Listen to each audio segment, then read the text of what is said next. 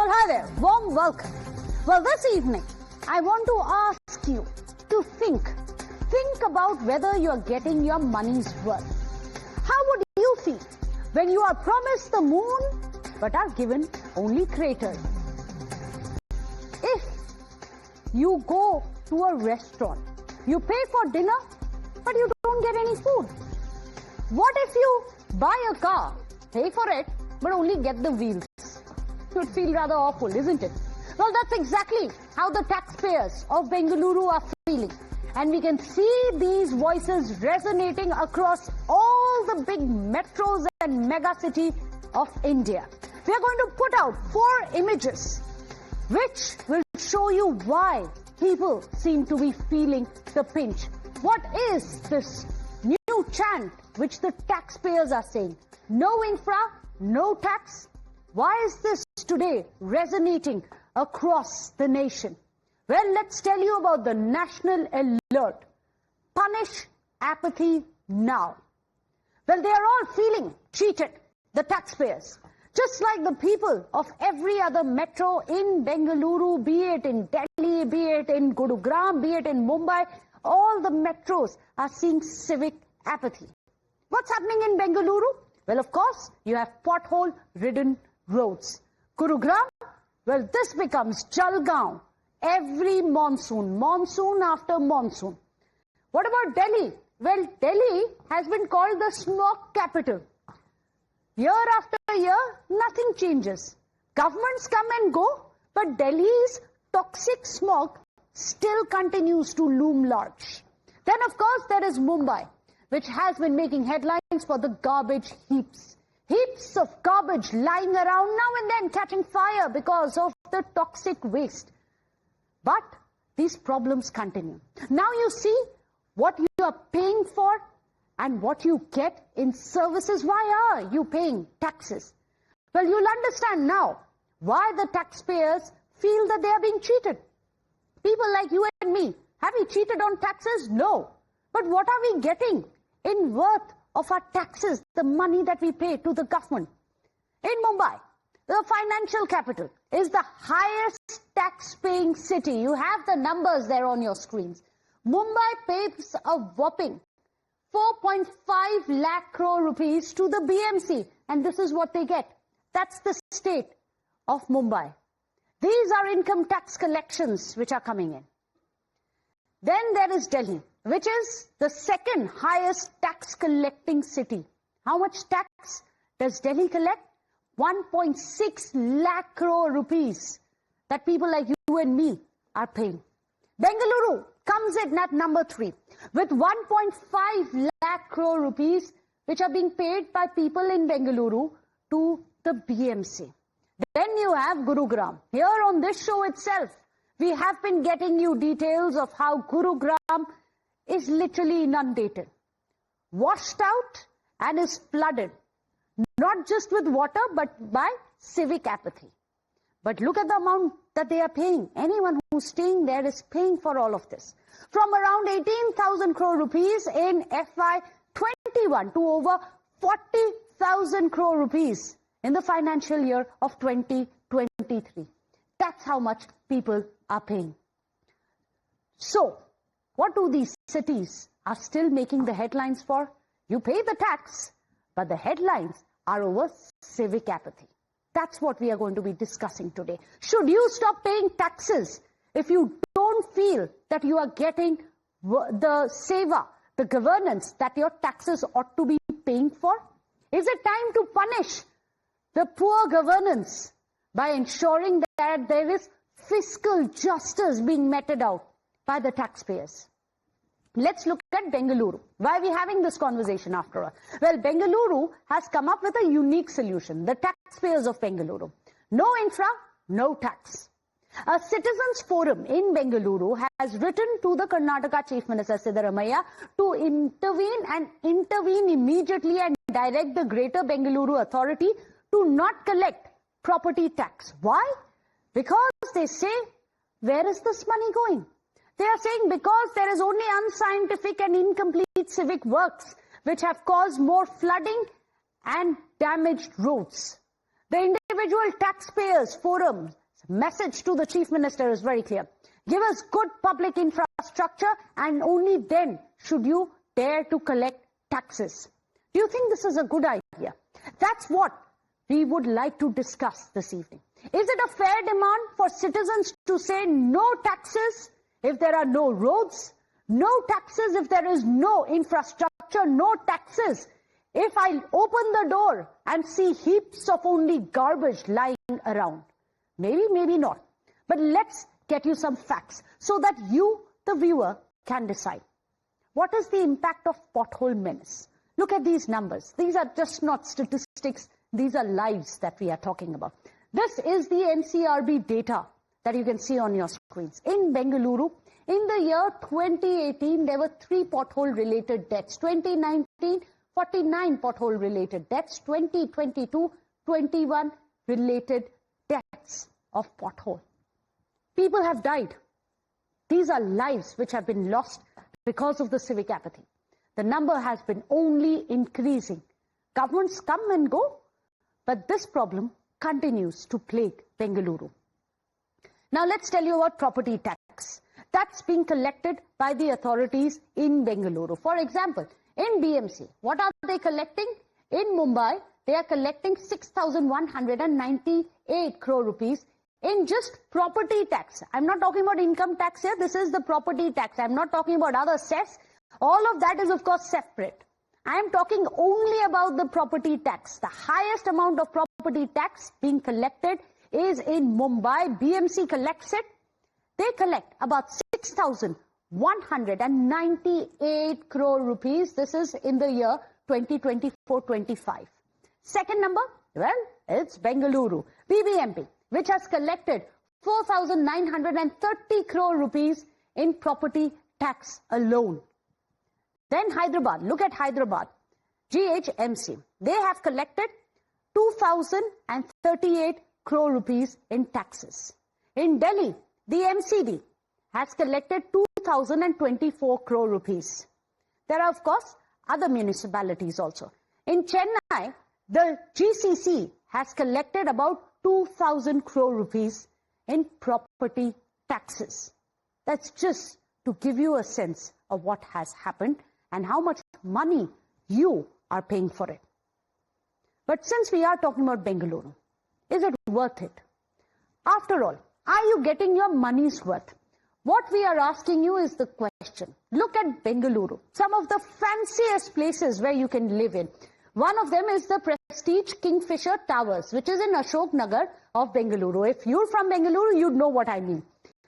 A house there costs about 65 crore rupees. That's the number. Look at these numbers. Then you have the Embassy Boulevard Villas. This is in Yelahanka of Bengaluru. And if to live there, how much are you going to be paying? Somewhere between 10 to 50 crore rupees to buy one of these villas. Very fancy. But the minute you step out of these areas, what do you get? You don't even have a road. Then you have the Embassy Lake Terraces in Hebbal of Bengaluru. Very fancy, very posh. 6.5 to 25 crore rupees is what you'll have to dish out to stay in one of these fancy places. Imagine the amount of taxes that they would have paid for property taxes. But yet, the minute you step out, what's the infra that you are going to be getting? What is it that you are getting for the money that you have paid? Is it worth it? Well, these issues are also being raised by members of India Inc. Here's what Kiran Mazumdar-Shaw had said, and here's how the Deputy Chief Minister of Karnataka, D.K. Shivakumar, had responded. Well, what all has she said? She has said, why are the roads so bad? To which he says, it's about collective effort which we need, not constant criticism. So she was slammed for criticizing. She also said, why so much garbage here? To which he has also said, the city gives opportunities and identities as well, not just garbage, so live with it essentially. Kiran Mazumdar-Shaw says, doesn't the government want investments? You have D.K. Shivakumar saying, fix the problems with urgency and focus instead of all of this criticism. She also said, favorable winds are there for change. Why are we not changing now? To which he says, don't just tear down Bengaluru. It's time to build it up. Well, that's what I want to ask. Should there be fiscal justice for infra failure? Because the story is the same in other cities too. Look at Gurugram. Just look at how much this ultra-luxurious apartments will set you back. We are getting you a glimpse into the staggering prices of Gurugram in some of the top-end real estate houses that you have. For example, this one, DLF, the Dahlias. There a 4 BHK costs over 65 crore rupees. What do you get? Well, roads which turn into river every monsoon at that. Then you have others as well. A 5-bed BHK in Dahlias is worth 70 crore rupees and beyond. Let's move on. Let's show you the next one. A penthouse in the Dahlias is for 100 crore rupees. Imagine someone pays 100 crore rupees and this is what the road outside these posh colonies look like, where even buses are getting inundated with water. You have the DLF Paralias, where a 4 BHK is going to be 29 to 35 crore rupees. Then, the next one we are going to quickly get for you. DLF, the Camellias. This is around 70 to 190 crore rupees. So close to 200 crore rupees. People are paying to get services such as this, because the minute you step out from these fancy homes, this is what you are going to get. You get the idea and the gist of it. Now, this has made all the states very extremely, not just edgy, cornered, but also competitive. We've seen these fierce war of words which have been happening. I told you how there are netas lashing out at India. Now you also have states lashing out at each other. Just yesterday, interestingly, you had Google, which had announced its biggest ever investment outside of the United States. Google has announced an investment of $15 billion for a mega AI hub, which is coming up in Andhra's port city, which is Visakhapatnam. Of late, we've seen the Andhra minister, Nara Lokesh, very openly rolling out the red carpet for companies who are fed up with the infra mess in Karnataka. So listen into the war of words as to what Nara Lokesh said and how DK Shivakumar responded to him over the Google mega investment. Yes, we are going to compete with other states. It's not a political slugfest. If they are inefficient, what can I do? If their own industrialists are saying that the infrastructure is bad, then they should first focus on attending to those problems rather than taking on me on Twitter. You can't match Karnataka, Bangalore infrastructure. What 25 lakh people are working here, with 2 lakh foreigners working here, and we are giving 39% to 40% of the revenue to the central government. For them, they are marketing themselves. Let them do whatever they want. Well, let me go across to our panelists. Today, joining us on the show, we have Khaliqur Rahman, leader with the Congress Party. We have Patabi Ram Komareddy, a national spokesperson with the TDP. Let me come across to you first, Khaliqur Rahman. Do you agree with the voice, the chorus, which is coming in from the taxpayers of Bengaluru, incidentally, who say, no roads, no taxes. No infra, no taxes. Thank you very much, and good evening to all your viewers and to you and to my esteemed co-panelist. And thank you for providing such an elaborate information with regard to every single city and especially about every metro when it comes to the tax collection and with regard to the condition of the roads and the infrastructure there.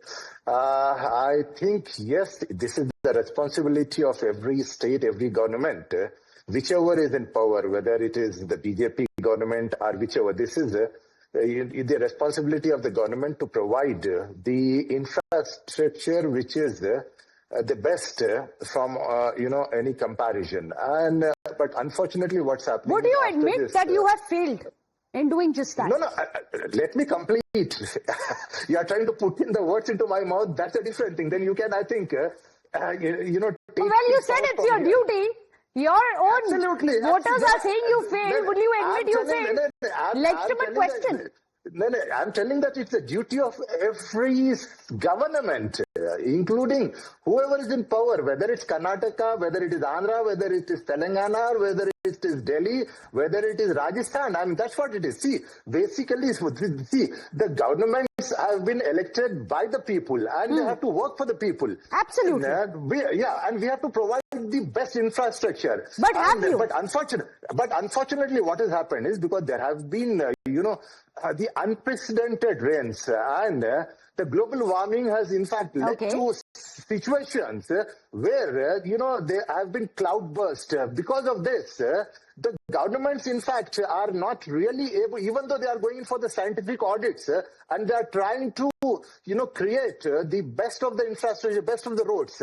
But unfortunately, in some cities especially, because but Mr. Khaliqur Rahman, you should listen into what people of Bangalore are saying. They are saying it's unscientific. That they are putting out, it's like a beggar's quilt, that they are putting patches without fixing the drainage first. What's the point in filling a pothole if there is no drainage? It's going to break again. You're not trying to get the point. See, I'm getting the point. I think unfortunately you're not getting the point. People in your state are saying that you're not getting the point. You have shown it on your screen that the number of deaths in 2019, 2022 and 2025 and it is all happening because of the potholes, because when the motorists are the bikers, they go. So that's the reason the first and the foremost responsibility of the duty of the government is to fill those potholes and to save these lives actually. And then definitely it comes to the scientific. You're telling me what the duty is. My question is, have you fulfilled the duty? I've asked you that in four different ways. You're not answering that. The people of Bengaluru have. But let me bring in Mr. Koma Reddy. It's quite clear you'll not answer my question. Let me complete. I've given you enough time. I've asked you the same question four times. Four times you've ducked the question. Yes or no? The question. I'm giving you the correct information. Do you deserve the taxes? Correct answer to the Khaliqur Rahman, do you deserve the taxes? Pardon me? Do you deserve the taxes that people of Bengaluru are paying you? No. See, the government is not eating away the taxes. They are spending it on the creation of the best infrastructure there. That's the reason. But that's what... We have the visuals of the best infrastructure on our screens. So let me go across to Mr. Koma Reddy. Mr. Koma Reddy, in this tragedy, there seems to be an opportunity which is rising away from the big tier 1 cities, the financial capital, the national capital, and also the IT hubs. There is now a glimmer of hope for the other cities. And Visakhapatnam seems to be doing very well. That was quite a swoop in that you did by managing to wrest it away from everyone else who wanted that investment by Google. Yeah, Meghna, good evening to you and to my friend from the Congress, Mr. Rahman, and to all the viewers of Times Now. Yes, Andhra Pradesh today has a clear-cut advantage under the leadership of the Honorable Chief Minister, Sri Chandrababu Naidu, and with the support of the Honorable Prime Minister, Sri Narendra Modi. Andhra Pradesh is progressing ahead very rapidly. And one glaring big example is the largest FDI in recent times, $15 billion coming into the city of Vizag, into Andhra Pradesh. This is an example of how the state is progressing. What advantages do we have? The major advantage the state of Andhra Pradesh has is its infrastructure, whether it be the roads or the ports or the railway network or the airports. See, whichever company which wants to come into any state, they look at basic infrastructure, connectivity, the comfort of, traveling from one point to the other. So that advantage we clearly have. I'll tell you one example, Meghna. In the past 1 year alone, the government of Andhra Pradesh had spent nearly 5,000 crores on upgrading our road infrastructure and around 1,000 crores just to fill the potholes. Just to fill the potholes, we have spent 1,000 crores. That is the kind of focus which we are giving to our infrastructure. And also, But even the Congress government says that they are spending crores to fix potholes. There have been additional funds also doled out. You know that very well. End of the month, they are saying more money being pumped in. Taxpayers' money, if I may add. If they are really doing so, the Taxpayers Association of Bengaluru would not make such comments. People like Kiran Mujumdar Shah will not come out in the open. So, see, we are not against the state of Karnataka, or we are not against, the Kannada people. We want everyone to flourish. But what I would suggest my friend in the panel is, you try to fix up your problems. Your own people are making comments against your government. So we want We want Good Bengaluru to advice flourish. coming in. Very good advice coming in from the TDP for the Congress. Khaliqur Rahman, on one hand, in Bengaluru, you have the Deputy Chief Minister having this trolling match with the Biocon founder. On the other hand, you have Google investing $15 billion worth of investment in Andhra. There are lessons to be learned there. Meghna ji, in fact, because let me tell you that as far the Bangalore is concerned, in fact, I told you it is because of the unprecedented rains in the recent, months. It has led to this situation. But now come to Telangana. Telangana, in fact, is one of the best performing states in the entire country today. And when you are talking about the FDIs, I think Telangana has always stood as at number one in terms of the FDI investment and in terms of the connectivity, what my esteemed friend was talking about. So I think there are definitely advantages. Every city, every state has certain advantages, certain disadvantages. So I think... I'll ask you one question to both you and him, because I need to wrap up this conversation, because I think we need much more time to have a conversation. But nonetheless, a quick yes and no. Should there be a citizens' movement which says it's time to punish and hold our government's accountability? No infrastructure, zero governance, zero tax. Would you agree? Khaliqur Rahman, I'm asking you not as a Congress leader, as a citizen of India. Yeah, as a citizen of India, definitely every government is accountable and they have to be held accountable. No governance, no taxes. You agree? Yes, definitely. Okay. The government's job is to provide the good governance. If the government is failing, whichever People in government Bengaluru it is. would be very happy to hear you say, Meghna, Pataviram Komareddy. Yeah, Meghna. Pataviram Komareddy, go ahead. The citizens have every right to demand so. Yes. The governments are accountable. If they are collecting taxes, they have to deliver. So there is nothing wrong in citizens making a demand of that sort. Oh, there you have it. Thank you so much, Mr. Komareddy, Khaliqur Rahman. Pleasure as always to have you on the show. Both of them, at least one thing I think everyone's agreed on. The citizens have the right to say, you must pay us what our money is worth. If there is zero governance, there should be zero taxes. It's time that there is fiscal justice for poor infrastructure, which should be dished out. With that, a short break. Don't go anywhere.